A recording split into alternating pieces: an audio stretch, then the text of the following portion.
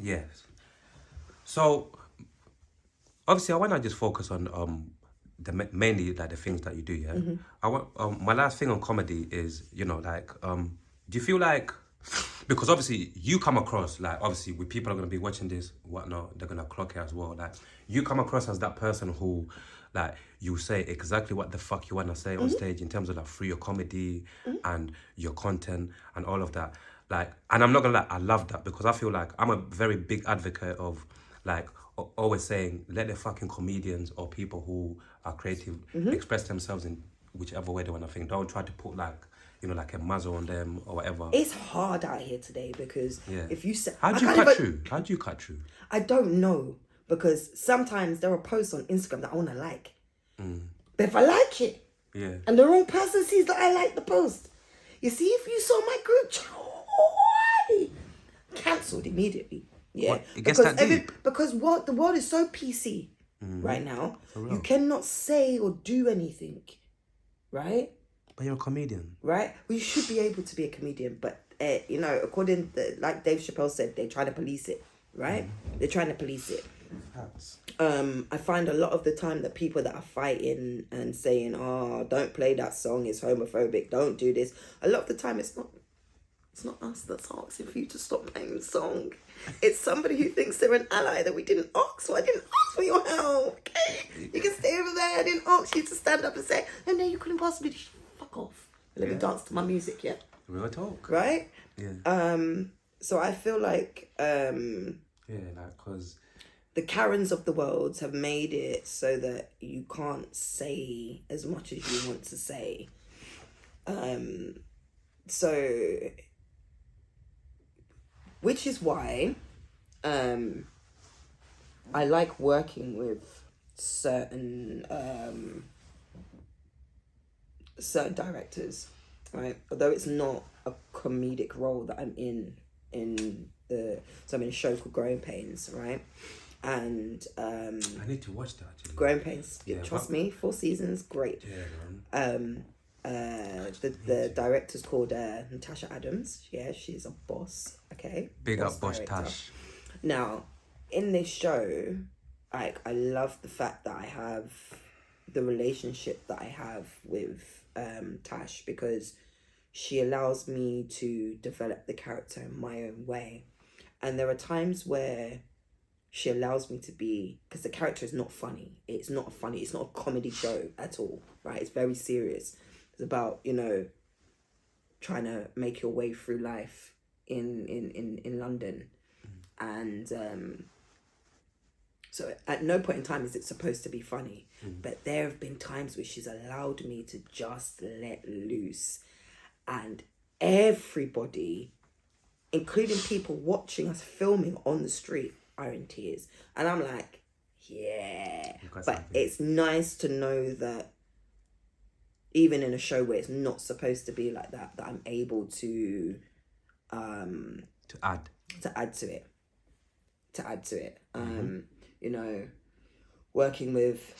I've worked with Christopher Savage a few times, and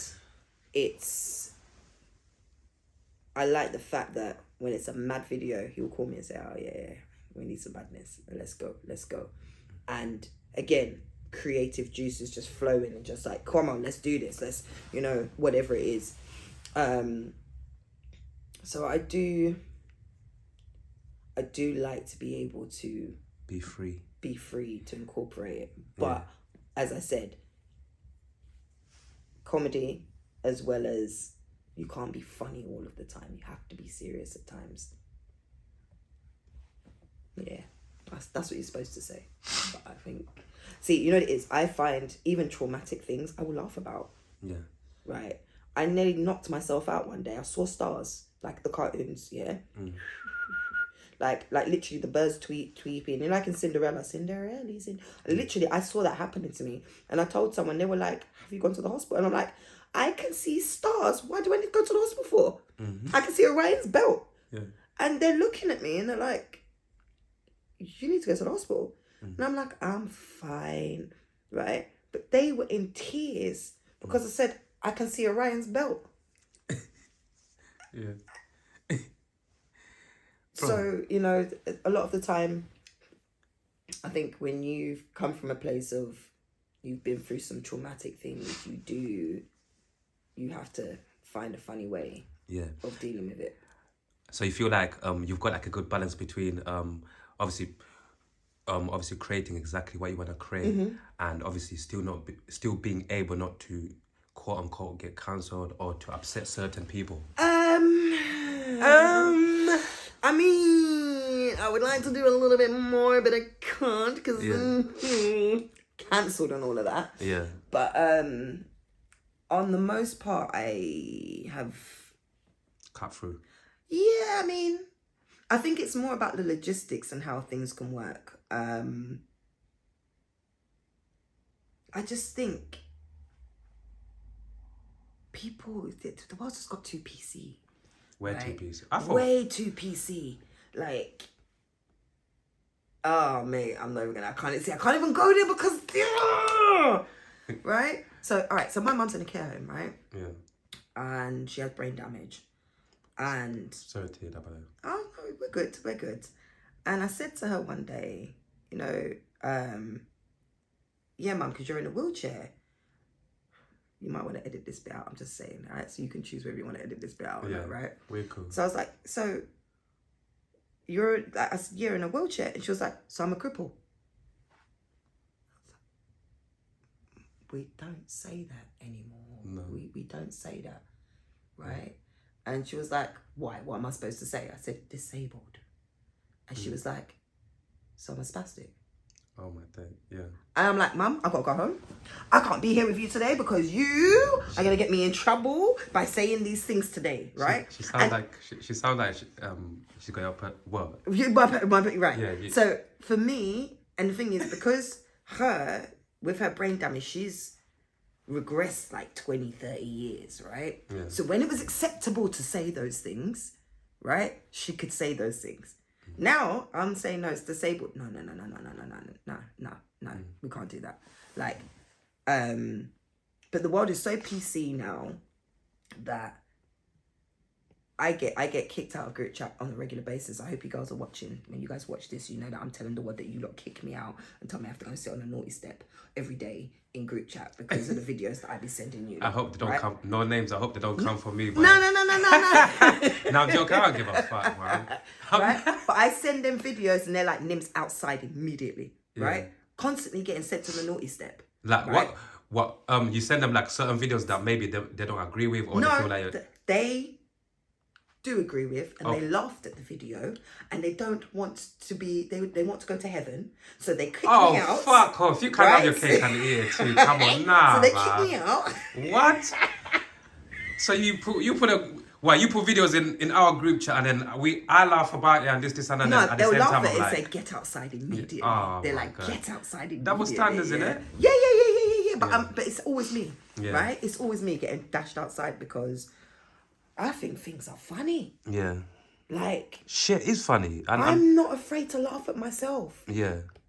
Right? I'm the motherfucker that fucking falls upstairs. Who does that?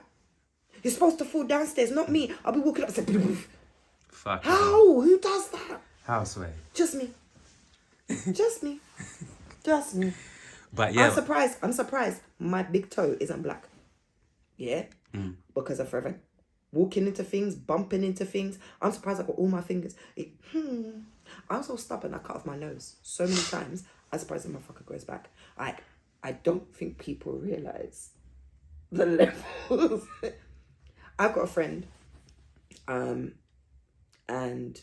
he's got one leg, right? And he lost his leg. Now, I hadn't seen him for like 3 years. And he called me and he was like, hi, it's me. And I'm like, who's me? Like, who's me? I don't know who you are. Like, I genuinely did not know who this was. I'm like, I don't know this person. I don't know. And then they said something. I was like, oh my God, it's you. So where have you been? They said, they took my leg, babe. I said, what do you mean they took my leg? They took your leg. They took my leg. How? What do you mean? I had a blood clot and they cut off my leg. I said, so what, you got a big leg? Oh, the fuck? He said, yeah. I said, what? Like Oscar Pistorius? What? Like Blade Runner? I said, please tell me you got one of the Blade Runners. Please tell me, like, or them pogo stick ones. Please tell me that's what you've got. Oscar. Right? Man, like Oscar Piscarius. Right. That's what I said. Oh, it's right? not bad. I was like, please. Right? I said, if I get you a pirate patch and a toy parrot, please. You say, oi, me already. I said, and he was crying with laughter down the phone. Yeah. He was like, thank you so much for not, like, mollycoddling the situation, for not being, oh my God, I'm so sorry. Yeah. I'm like, what am I going to say sorry for? You've been dealing with it for the last 3 years, no? And the leg is already gone. It's not the leg's like gone. It's going to come back. Right? The leg's gone. Right? And, I mean, you would never know he's only got one leg because he walks great. His prosthetic is great. Oh, yeah. Right? But it was the fact of, he was like, thank you, you treated me normal. You treated me normal, and I will always do that. A quick question, yeah. Like, if you ever dated someone with one leg, and obviously the other one was fake, but like what you said, like the way they walk, you would never know it unless they told you. And then obviously you don't get into whatever. Argument, would I take their leg and run? No. What's fucking wrong with you? Nah. Okay. See, I told you. See, what's wrong with you? I'm gonna get cancelled. Oh my God. But yeah, I'll take the leg and catch me now, motherfucker. What about if you never told you or ever, and then obviously you don't go back home to obviously like to get busy and then to do your thing, and then for the first time you obviously takes off his clothes, and for the first time you're finding out that he's got one leg. Like, honestly speaking, what would be like your reaction? Like fascination. I'll be like, let me see. Yeah. I like to stump. Let me see. Take it off. Let me see. Oh my days. Yeah. No, I'd be. I'm like that. I'm enough like that. I'd be like, ooh, what's. How did... you, so what, you hop around the room all the time like, don't lie. Have you got like different colour feet to put on and stuff? Like, have you got ones that can wear with shorts? No. No, can I paint the toenails? Like, no, seriously. I would be so fascinated. Yeah. So fascinated. I'd be like, wow. What else can you do? Have you got like different feet for like, have you got like ones for, like, have you got one that you can put like flip-flops in? Because then... Like, do you have to buy 2 of the same shoe, or do you get a discount on one? Oh my God, yeah. Like, what is it?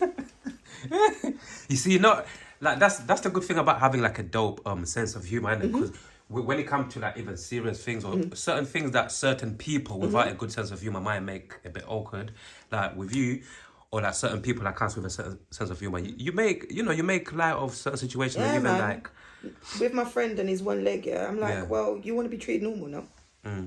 And I would have cussed you out normally.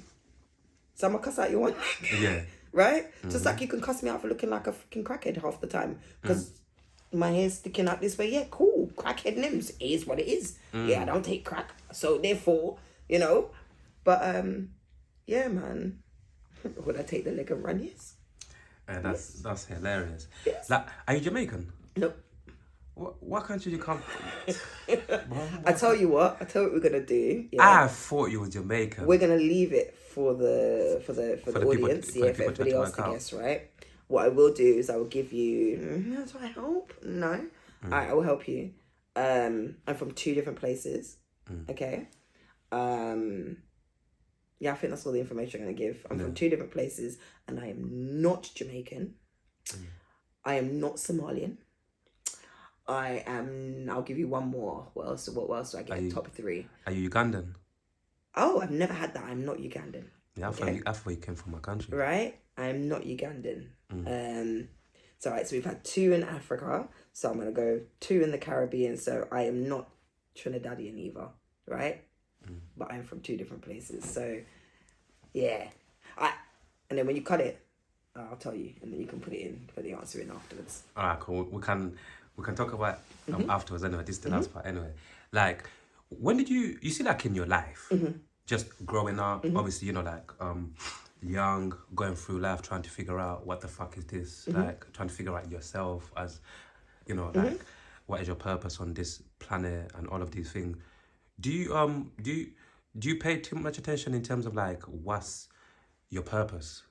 Like why was you really, really born? Like what's your purpose? So yeah, so I've had different levels of this. There was a point in my life where I felt like my purpose was just to make sure everybody else was good. And my dad is so old school. He uses words like frog. Yeah. Like, you're gonna go put on a frock, fucking frock. Yeah, it's called a dress, okay? My dad would say it was my job to help people and to fix things for people. And I'm like, so who helps me? Exactly. So who's helping me? And I think when I asked that question of who's helping me, it kind of light bulb moment that I can't fix everybody, and I'm not trying to fix everybody.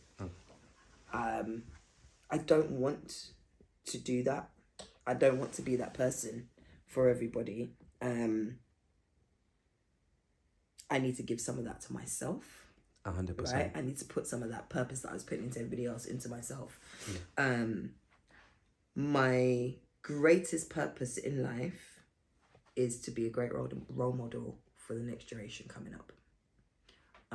As I said, if I can help point somebody in the right direction, just one, then I feel like I've hit my quota. And I just want to make sure that I've brought up a well-rounded individual in my child, and that she looks at the world for the wonders that it can be and not the fuckery that it is. There's so many beautiful things about this world that we are consumed with everyday life. And if I can push one thing to her, would be go and explore the world and meet new people. Don't be stuck. Do not be stuck in the same place. Expand. And in concluding this lovely conversation, like, what would you say, like, you see, like, bare people when they're growing up, some of them think to themselves, oh, when I get to, we all have these expectations, or when I get to this age, hopefully I've got this, I've got this, and I've got that. Like, what would you say to, like, if this was, like, your younger self, you're speaking to, obviously, the version that you are now, if this makes any sense, like, what message would you have for yourself? Do it. For your adult self? Just do it. Like, keep doing it. Keep doing it. If I could talk to my younger self, I would say, don't listen to the outside noise. Stay focused. You're on the right path. Just keep going. And the reason why I would say that is because in Black families, we focus so much on education and academics that passions, especially when I was coming up, passions were frowned upon. Of course. And I never had any support.